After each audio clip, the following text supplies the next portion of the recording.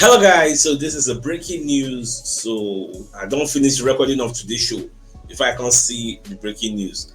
And the news is all about Martin Zubimendi. So he done this set to undergo a medical. So I saw this news on Sammy Mokbel's page. Sammy Mokbel, now one of the reporters for the BBC Sports.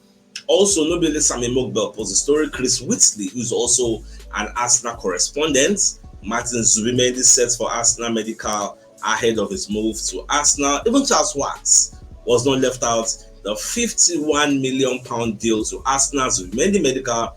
Zubimendi is set to undergo a medical ahead of his 51 million move for Arsenal. Yes, now very, very good news. At least Smoko use this one start to count, even though this deal has been agreed for a long time, but at least we still win the race. With all the Real Madrid don't carry the guy. This one won't join, the other one won't join. Last. The boy is going to be ending up at Arsenal. Let us hope this is going to be the first of many deals that will be in the front burner that will be happening to Arsenal. Alright guys, so make a let you know because you know for today's news. That one said I upload down like this one I will say when it drop.